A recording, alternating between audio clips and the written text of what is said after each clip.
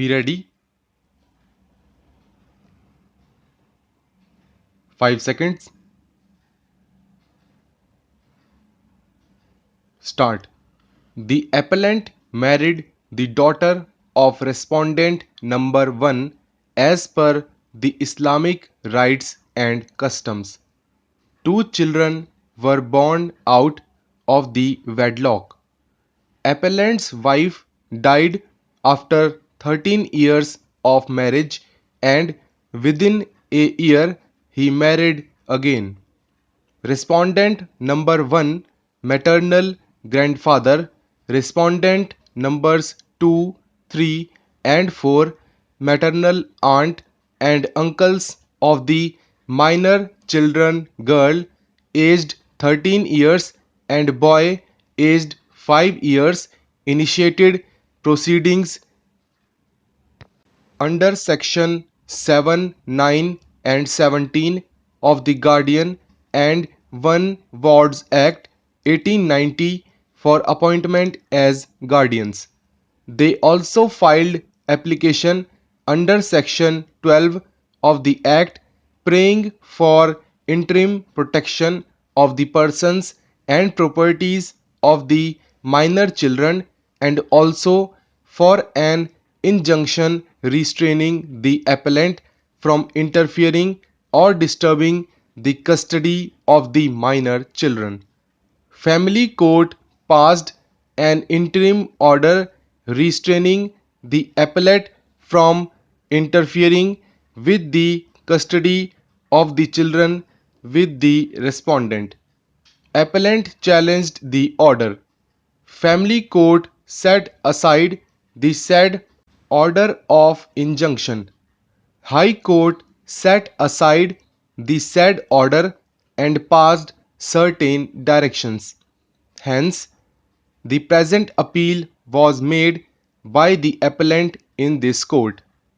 Sections 12 of the Guardians and Wards Act 1890 empowers court to make such order for the temporary custody and protection of the persons of property of the minor as it thinks proper.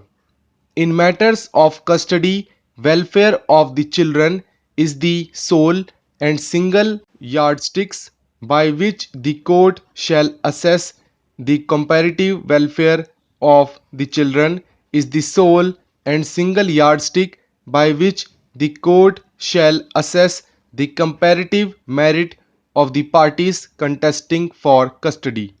Therefore, while deciding the question of interim custody, the court must be guided by the welfare of the children since it empowers the court to make any order as it deems proper. With regard to guardianship, the prima facie case lies in favor of the father as under section 19 of the Act. Unless the father is not fit to be a guardian, the court has no jurisdiction to appoint another guardian. Respondents, despite the voluminous allegations levelled against the appellant, have not been able to prove that he is not fit to take care of the minor children, nor has the family court or the high court found him so. However, the question of custody is different from the question of guardianship. The father can continue to be the natural guardian of the children. However, the considerations pertaining to the welfare of the child may indicate lawful custody with another friend or relative as serving his/her interest better. The question of guardianship can be independent of and distinct from that of custody in facts and circumstances of each case.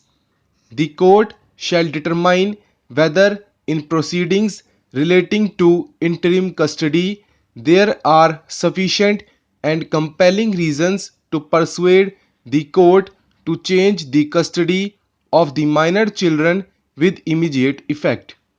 Stability and consistency in the affairs and routines of children is also an important consideration. Keeping in mind the paramount consideration of welfare of the children, the custody of the children which currently rests with their maternal relatives is not disturbed as the scope of this order is limited. The appellant, in response to these submissions, contended that the High Court could not interfere with the findings of the Family Court unless serious infirmity is proven. The decisions cited by the two respondents were distinguished on the ground that these decisions concerned findings that were recorded after a full-fledged trial and not an order passed as an interim relief granting custody to one of the parties. The High Court, in its impugned judgment, had held that while appointing the guardian or deciding the matter of custody of the minor children during the pendency of guardianship proceedings, the first and foremost consideration for the court is the welfare of the children.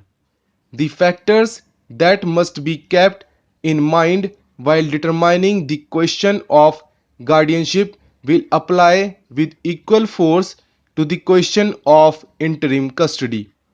It was observed that the family court should have delved a little deeper into the matter and ascertained where the interest of the children lay instead of recording abstract findings, questions of prima facie case, balance of convenience, and irreparable injury.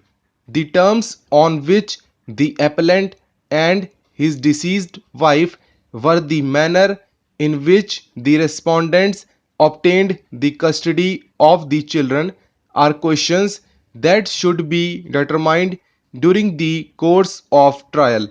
Though when the children's father is not unfit, otherwise he shall be the natural guardian, a child cannot be forced to stay with his her father. According to the High Court, merely because the father has love and affection for his children and is not unfit to take care of the children, the welfare of children cannot be guaranteed.